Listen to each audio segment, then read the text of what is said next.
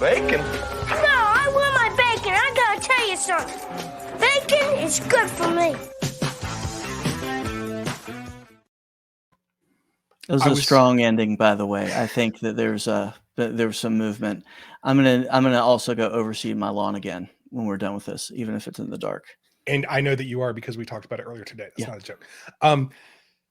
Man, I've been trying to chase the high of the McRib, Dr. Roger Mandingo situation. I said we probably won't do another Origin of Eatcies because I usually do one segment of something and then get bored or don't think it's good. But I think I have found one that is worthy to be in the same discussion as Dr. Roger Mandingo, which is saying a lot. It's saying a whole lot there. So you've set a high bar in a good way, though, but you've set a very high standard for this segment. So I trust you. You know, you got to get the listener in, and once they've gotten past this part, if they don't agree, well, we'll see. Send us your letters. We do get your letters. We have a PO box. We get your handwritten mail. I have been told I need to stop touching my mustache throughout the show, and I'm doing my best to not do that. So today we're going to talk about cornflakes, Kellogg's cornflakes. You know, I've had them. Like, I had them growing up. I didn't eat sugar cereal growing up. We weren't allowed to have any sugar cereal. And to the point where I'd go to somebody's house and they'd have sugar cereal and I didn't like it because it was so great. It was way too sweet. My parents didn't put sugar. Like, when we had lemonade, like the country time, it was like a quarter cup of sugar. Like, everything we had was not sweet for whatever reason until we got Coke, and then, which was like the sweetest thing you'd have. Anyway, I liked cornflakes. I don't know if you guys had better cereal for sure. We were a sugared cereal family. I was a cereal connoisseur back in the day. The deal was, Mom would buy us one box of sugared cereal that my brother and I had to split. Once that was done, we had to eat the rest of the stuff. So it would be done. If she bought it on Friday, it was finished Saturday, probably. I mean, we would go to town on it. But the downside of that was, whenever it was left over, including maybe cornflakes that we had, we would find sugar in the house and basically recreate. Like, we would make our own frosted flakes if we had cornflakes. We were picked. Well, no, people did that. I spent the night at a kid's house when I was in like 3rd or 4th grade. And his mom dumped out some, I think, Wheaties or cornflakes or something, and just, you know, shook a bunch of sugar over it. And I took one bite and was like, but because I was me, I had to eat it. I was like, forced myself to eat it so that I wasn't being rude. But anyway, cornflakes, I actually really liked them. They probably tasted gross to you, like you said, unless you put some sugar on it. But where'd they come from? Obviously, if I'm going to compare it to Dr. Roger Mandingo and the McRib, it's going to have a good backstory, and I think it does. So I want to just touch on fad diets for a minute. So fad diets are everywhere.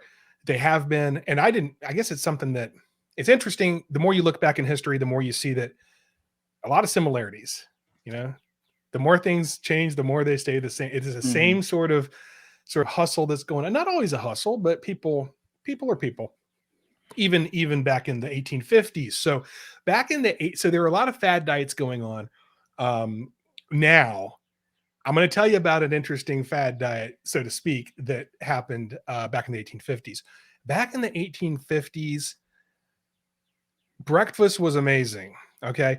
Do you know what they used to eat? Like, this is, if you could get your hands on it. So if you're affluent at all, this is what you're eating at 18. This is real. This is, I believe, you know, it's everywhere. You'd have breads, pastries, pancakes, fritters, boiled chickens, cold cuts, and beef steaks. It was a huge meal of mostly meat and carbs and bread and everything else. Big deal. So guess what? There was an epidemic, if you will, of indigestion in America. And it sounds, it's kind of, okay, indigestion. But in the 1850s, like, this was a big deal. It was written about. It's compared to the obesity crisis that we have now. That's how much people were talking about, what are we going to do about this indigestion, you know, in this day and age. So you had this movement that came along to deal with this thing that they called dyspepsia, which was what they called the I guess, chronic indigestion that came from meats. Mhm. And so there was a movement that came along where they said, let's try to get people eating more. What the way they put it was simpler foods. And so a big player in that, well, it was two of them, and it was the Kellogg. So Dr. John Harvey Kellogg, which doesn't compete with our boy. I'm not trying to go there, Yeah. but Dr. John Harvey Kellogg was a big proponent of bland foods like cereal. So and I got this from Forbes.com, by the way, and that's important in a minute. I'll tell you why. But writing of America's tendency to eat with, quote, the feeble stomach of a primate, seemingly every kind of food, including new, quote, artificial foods, he concluded that it is no wonder that the human gastric machine has broken down and that dyspepsia, constipation, and peristaltic woes of various description have become universal in civilized lands. So he had a movement, or, I won't call it a fad diet, but he called it biological living, and which called for more exercise. Fantastic. More bathing. Let's go. Yeah. Eating whole grains and less meat.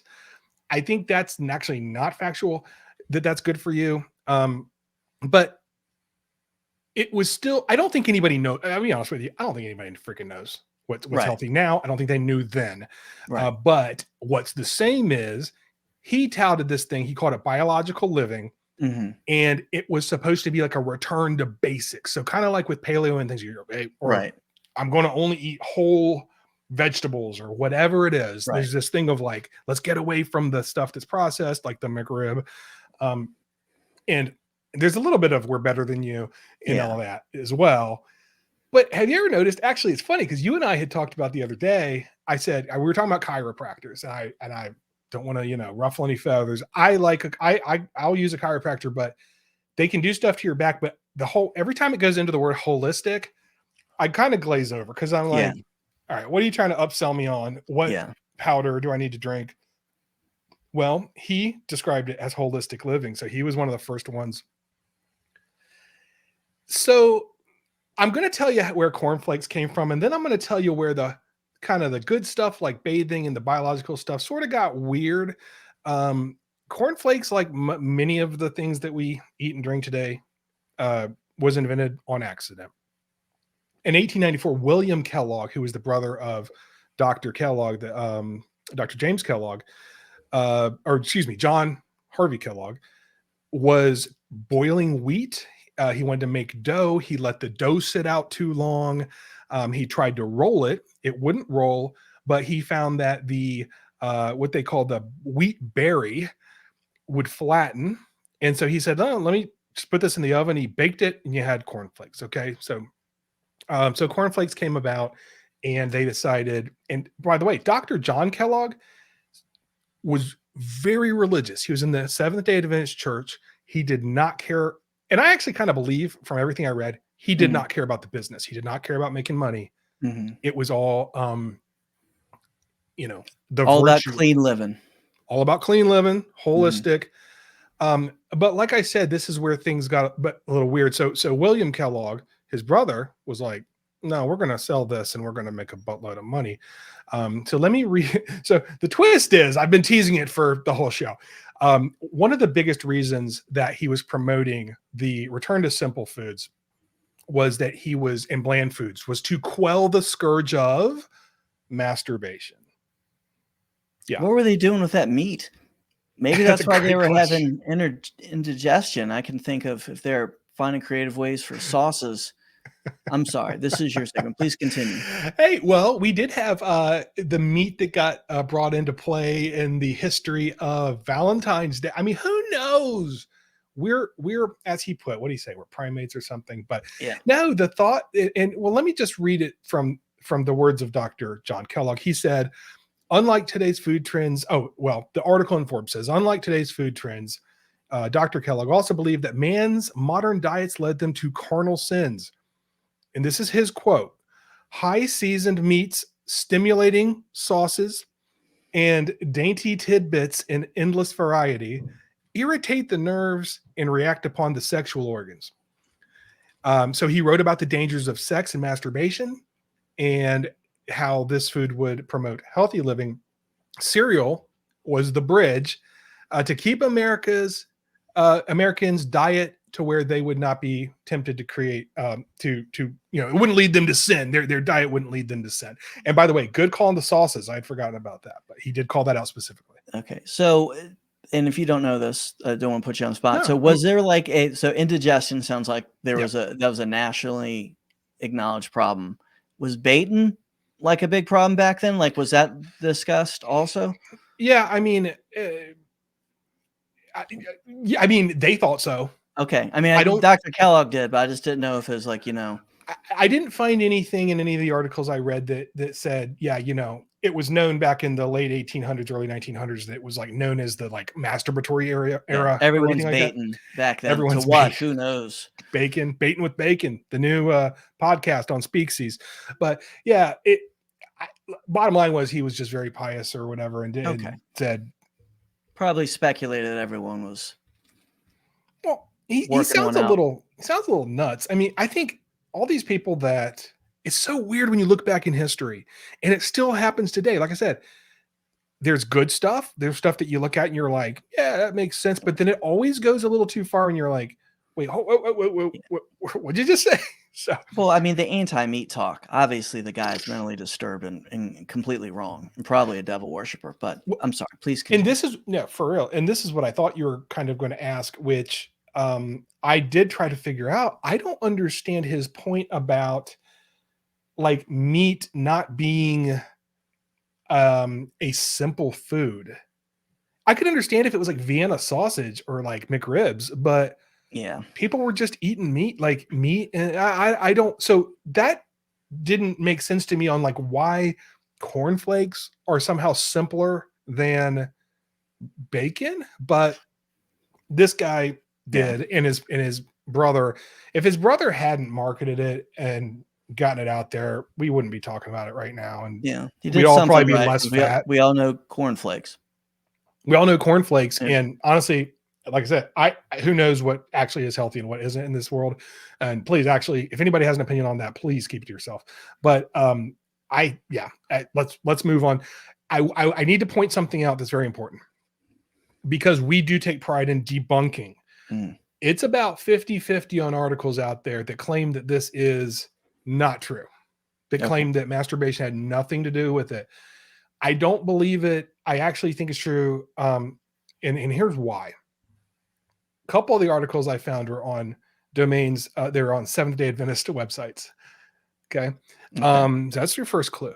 The second thing is, I think people are trying to well, first of all, everyone's always trying to churn out content, and like you put the word masturbation in there, like it's just as clickbaity to say cornflakes were not caused by people trying to stop masturbation. Right. And they're actually right. That wasn't even really the primary reason necessarily he did it, but it was a driving factor. Also, like I said, I mean, this was in Forbes. They quote him directly. Like he said those words. So I'm going to wrap here because I've gone a little long, but I do want to also mention, because I did say I want to get a couple decent names in here, or things that you might recognize. And looking at them now, they're actually not that great, but I will share. There were more people in this anti-masturbation movement. And one of the guys' names was James Caleb Jackson. And he created the very first cereal called Granula, which nobody liked. And it was so hard that it would like break people's teeth. And maybe that's a way to stop masturbation. Yeah. Just so uncomfortable. Gums are throbbing. Nothing else will be throbbing on you. Right. Yes, as my old grandpappy used to say. The other one was a gentleman by the name of Sylvester Graham. And if the name Graham rings a bell, if you go open your cupboard, you may find some graham crackers. And it was Sylvester Graham who was also trying to fight the scourge of rampant masturbation, and thought that graham crackers would tame wouldn't have the same impact on the sexual organs. Essentially what these are is like anti-aphrodisiacs. That's what they were essentially claiming. Okay. I guess. I could see that if meat being an aphrodisiac of, having meat and being a virile man, because you eat meat like you should. Maybe it is. I see I believe that this was all anti-Bacon food, but I also see some sinister undertones here Yes. from vegetarians. And well, all I can say is it's backfiring because you're telling me I eat more meat and get more virile, like you said. Yeah. That's what I call a big win. All right, well, there you have it. I don't know if it quite lived up to the McRib, but I enjoyed researching this one, and that was Origin of Eatcies, Volume 2.